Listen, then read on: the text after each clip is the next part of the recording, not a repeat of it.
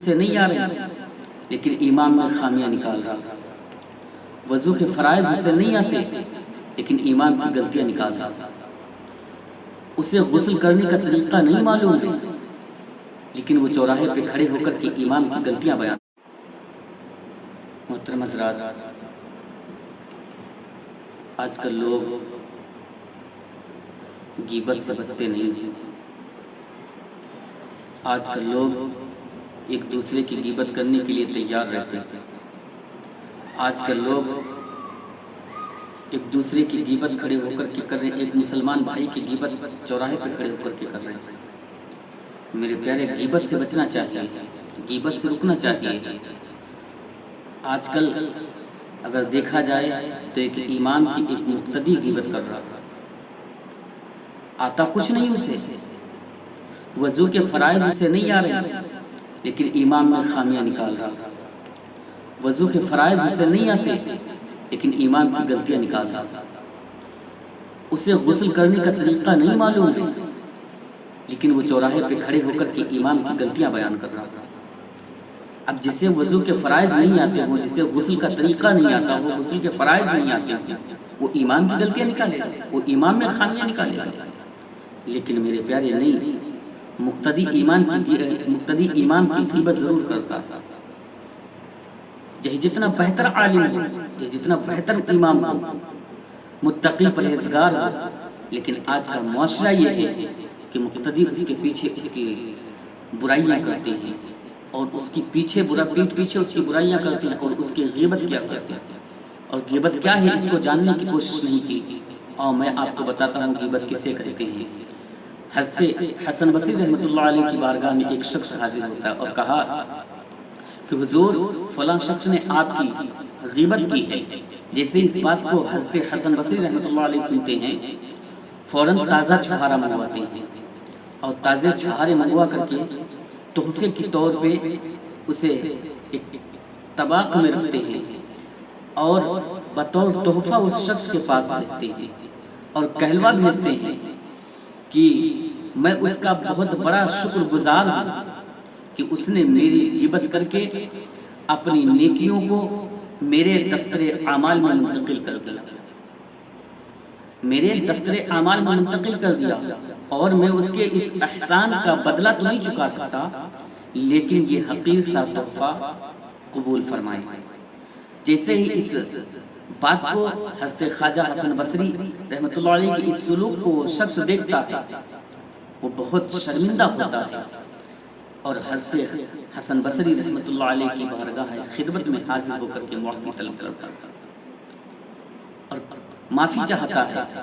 تو عزیزان ملت اسلامیہ، کسی کی غیبت کرنے سے سراسر ہمارا ہی نقصان ہے، ہمارا ہی نقصان ہوتا ہے اور اس کا فائدہ ہوتا ہے جس کی ہم غیبت کرتے ہیں، وہ فائدے میں رہتا ہے۔ لیکن آج ہم کسی کی غیبت کرنے سے رک نہیں رہے۔ وہ فائدہ کس طرح حاصل کرتا ہے؟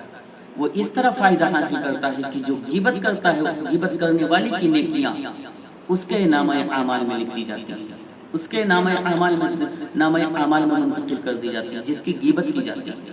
تو عزیزان ملت اسلامیہ، غیبت سے ہم پرہیز کریں، غیبت سے رکیں۔ جب تک ہم غیبت سے پرہیز نہیں کریں گے، عزیزان ملت اسلامیہ، ہم متقی کیسے بن سکیں گے؟ ہم پرہیزگار کیسے بن سکیں گے؟ تو پرہیزگاری اختیار کریں، ہم متقی اور پرہیزگار بننے کی کوشش کریں اور ہم کسی کی غیبت نہ کریں۔ مسلمان تو مسلمان کا بھائی ہوتا ہے، مسلمان تو مسلمان کا بھائی ہے۔ تو بتاؤ، ایک بھائی دوسرے بھائی کی غیبت کیسے کر رہا ہے؟ ایک بھائی کی برائی کو کیسے بیان کر رہا ہے؟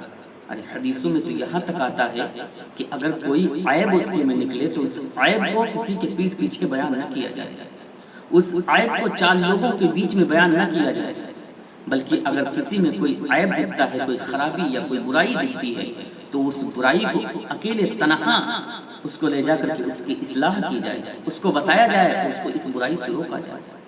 لیکن ہم کیا کرتے ہیں؟ ہمارا تو یہ طریقہ ہے کہ جیسے ہم کو برائی دکھنا شروع ہوئی، ہم لوگوں کے سامنے اس کی برائیاں کرنا شروع کرتے ہیں، اس کے پیچھے اس کی برائیاں کرتے ہیں۔ یہ ہمارا طریقہ غلط ہے، اس سے وہ رسوا ہو جاتا ہے۔ اگر بندہ گناہ کرتا ہے اور اس کے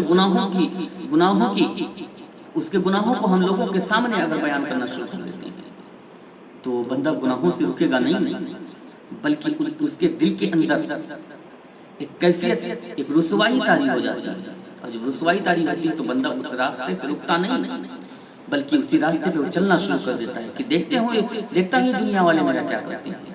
عزیزان ملت اسلامیہ، کسی کی برائی ہم کسی کے پیٹ پیچھے نہ کریں، اگر اس کی اصلاح کرنی ہے، اگر اس کو روکنا ہے اس چیز سے، تو اسے تنہا اکیلے میں لے جا کر کے اس کو سمجھانے کی کوشش کریں اور اس کو روکنے کی کوشش کریں۔ اور یہ ہر ایک مسلمان پہ فرض ہے کہ اگر اس کے مسلمان بھائی میں کوئی غلطی یا کوئی گناہ کرنے والی چیز نظر آتی ہے جس سے وہ گناہ کر رہا ہے، تو اس گناہ سے روکنا ہر ایک مسلمان پہ فرض ہے کہ وہ اس کو، اپنے بھائی کو، اپنے مسلمان بھائی کو اس گناہ سے روکے، اس گناہ سے بچائے، یہ اس پہ فرض ہے۔ لیکن ہم کیا کرتے ہیں؟ ہم اس کو بچانے کی کوشش نہیں کرتے۔